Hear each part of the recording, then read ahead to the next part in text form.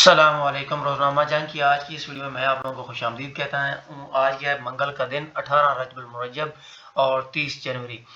آج کی روزنامہ جنگ کی نیوز پیپر کے اندر جو ہے جتنی بھی ہیڈ لائنز آئی ہیں ہم ان کو ڈسکس کر لیتے ہیں کہ کون کون سی مینز جو ہے ہیڈ لائنز جو آج کے جو ہے روزنامہ جنگ کے اندر پبلش ہوئی ہیں۔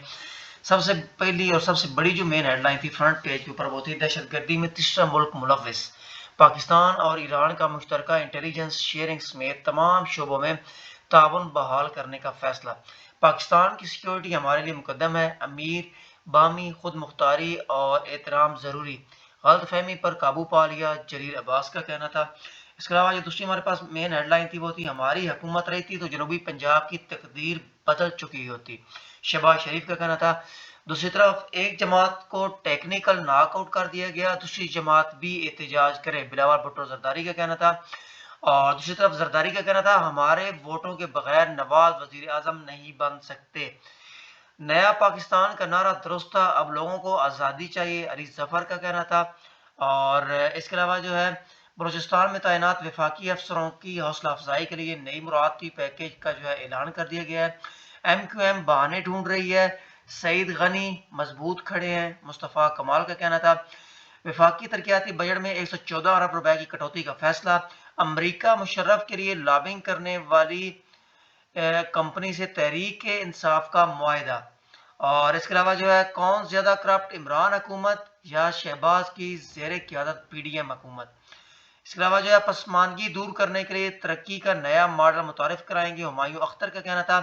کسی کو تنقید سے نہیں روک سکتے، عدلیہ کا مذاق اڑائیں گے تو ملک کا نقصان ہوگا، کہنا تھا چیف جسٹس کا۔ اس کے علاوہ ہم دیکھ لیتے ہیں کہ بیک پیج کے اوپر جو ہمارے پاس آج جو ہے وہ کون کون سی مین ہیڈ لائنز تھیں، تو بیک پیج جو ہے میں آپ لوگوں کے سامنے جو ہے اوپن کر رہا ہوں۔ ابھی ہم اس میں دیکھ لیتے ہیں کہ ہمارے پاس بیک پیج کے اوپر کون کون سی مین ہیڈ لائنز جو ہیں آج کے نیوز پیپر کے اندر موجود تھیں۔ ہزاروں ہونٹ تعلق کٹے بچوں کے بروقت علاج سے نارمل زندگی ممکن، اور دوسری طرف پرامن الیکشن کے لیے پولیس ادارے قانون کی عملداری یقینی بنائیں گے، یہ کہنا تھا محسن نقوی کا۔ نواز شریف اس ملک کو بمر سے نکال سکتے ہیں، حمزہ شہباز کا کہنا تھا۔ اس کے علاوہ کراچی دوبارہ سیاسی تشدد کی طرف جانے کا متحمل نہیں ہو سکتا۔ اس کے علاوہ جو ہے 2018 میں ہمارا مینڈیٹ ایک فرعون کو دے دیا گیا، ایمل ولی کا کہنا تھا۔ اکتوبر 7 کے بعد امریکہ میں فلسطینی مخالف امتیازی سلوک میں 180% اضافہ ہوا، ہمارا منشور عام آدمی کا معاشی تحفظ یقینی بنانا ہے، عبدالعلیم خان کا کہنا تھا۔ اس کے علاوہ جو ہے deputy speaker ruling case, Asad Qaiser, Qasim sorry کی نظرثانی درخواستیں خارج کر دی گئیں۔ اس کے علاوہ جو ہے سائفر کیس میں عمران اور شاہ محمود کا پھر شور شرابہ، کارروائی معطل۔ اس کے علاوہ جو ہے توشہ خانہ ریفرنس عمران خان اور بشرا بی بی کے خلاف گواہان کے بیانات جو ہیں وہ قلم بند کر لیے گئے ہیں۔ اب ہم دیکھ لیتے ہیں کہ اس کے علاوہ جو ہمارے پاس جو ہے کلاسیفائڈ کے اندر جو ہے وہ آج کون کون سی جو ہے اگر کوئی مین ہیڈ لائن یا مین ایڈ ہے تو وہ آپ لوگوں کے ساتھ شیئر کر دیتا ہوں۔ تو اس کے اندر بھی آج ہمارے پاس جو ہے پراپرٹی کے جو ہے وہ لاتعداد ایڈ جو ہے وہ پبلش ہوئے ہیں، جس میں کمرشل بھی ہے اور نان کمرشل بھی ہے، اور ضرورت سٹاف جو ہے لوکل کمپنیز ان کے بھی بہت سارے ایڈ جو ہیں وہ پبلش ہوئے ہیں۔ اس کے علاوہ ہم دیکھ لیتے ہیں کہ ہمارے پاس باقی پیج جو ہیں نیشنل اور انٹرنیشنل کے اوپر جو ہے ہمارے پاس کون کون سی مین ہیڈ لائنز جو ہیں وہ موجود ہیں۔ غزہ شدید لڑائی جاری، مزید 215 فلسطینی شہید، جنگ بندی کا فریم ورک تیار۔ دوسری طرف سٹاک مارکیٹ میں شدید جو ہے وہ مندی رہی، بیرونی فنڈ کی بھی بھاری سیلنگ۔